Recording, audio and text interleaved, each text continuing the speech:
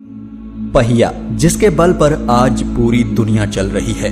जी हाँ, वही पहिया जो किसी भी चीज में लगा हुआ एक गोल आकार का ऐसा भाग होता है जो भार ढोने के साथ साथ धरती पर लुढ़क कर वाहन को चलाने का काम भी करता है। और लगभग हर मशीनों में इनका इस्तेमाल किसी न किसी रूप में जरूर होता है। इंसानों के लिए पहिया बेहद महत्वपूर्ण आविष्कार है, इतना ज्यादा कि इसके बिना दुनिया की कल्पना भी नहीं की जा सकती। आज दुनिया भर के मशीनों में पहियों का इस्तेमाल किया जाता है। पहिए के आविष्कार ने मानव जीवन में एक क्रांति लाकर खड़ी कर दी। पहले लोग किसी भी सामान को उठाकर एक स्थान से दूसरे स्थान तक ले जाते थे, लेकिन जब से पहिए का आविष्कार हुआ उसके बाद लोगों को भारी से भारी सामान भी एक स्थान से दूसरे स्थान तक ले जाने में ज्यादा कष्ट नहीं करना पड़ता।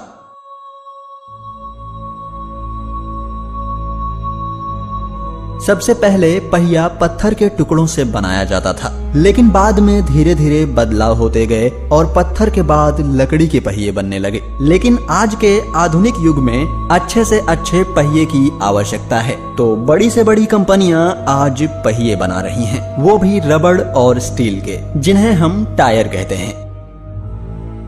आधुनिक इतिहासकार मानते हैं कि लकड़ी के पहिए का आविष्कार ईसा से 3500 साल पहले मेसोपोटामिया, इराक में हुआ था। इस पहिए को लकड़ी के कई तख्तों से जोड़कर बनाया गया था। इसका आविष्कार सुमेरियन सभ्यता के काल में हुआ था, ऐसा दुनिया भर के स्कूलों में पढ़ाया जाता है, लेकिन ये गलत है। असल में भारत में हुआ था पहिए का आविष्कार। इसके 1000 सबूत भारत में मौजूद हैं।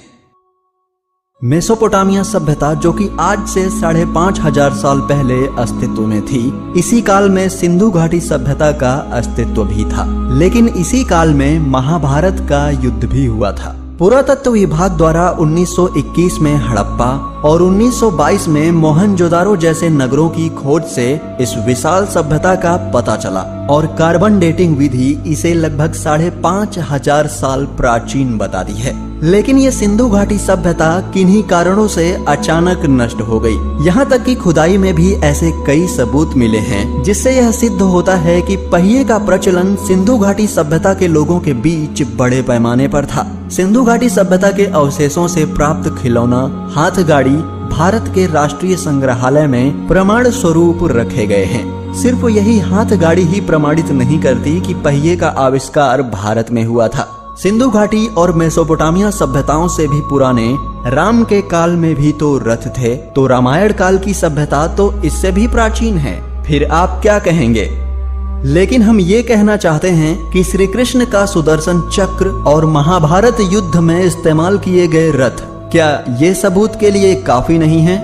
जरा सोचिए, पहिए नहीं होते तो क्या रथ चल पाता? दुनिया की सबसे प्राचीन पुस्तक ऋग्वेद में रथ का उल्लेख मिलता है, चक्र का उल्लेख मिलता है।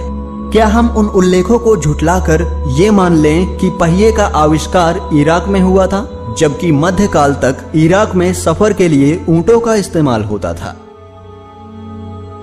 विश्वकर्मा, आपने विश्वकर्मा का नाम तो सुना ही होगा। विश्वकर्मा ने विष्णु का सुदर्शन चक्र, रामायण का शिव धनुष और अर्जुन का गांडीव धनुष बनाया था। आप ये भी जान लें कि विश्वकर्मा का जन्म लगभग 9200 ईसा पूर्व में हुआ था, मतलब आज से 11000 साल पहले, जब हिम युग समाप्त ही हुआ था। पहिए का आविष्कार मानव इतिहास में आज तक की सबसे बड़ी खोज है, जिसके बिना कुछ भी मुमकिन नहीं था। पहिए के आविष्कार के बाद ही साइकिल और फिर कार तक का सफर पूरा हुआ। पहिए से ही मानव को गति मिली, गति से जीवन में परिवर्तन आया।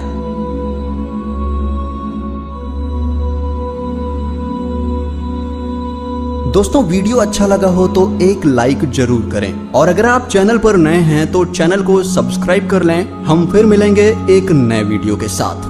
तब तक के लिए जय हिंद, वंदे मातरम।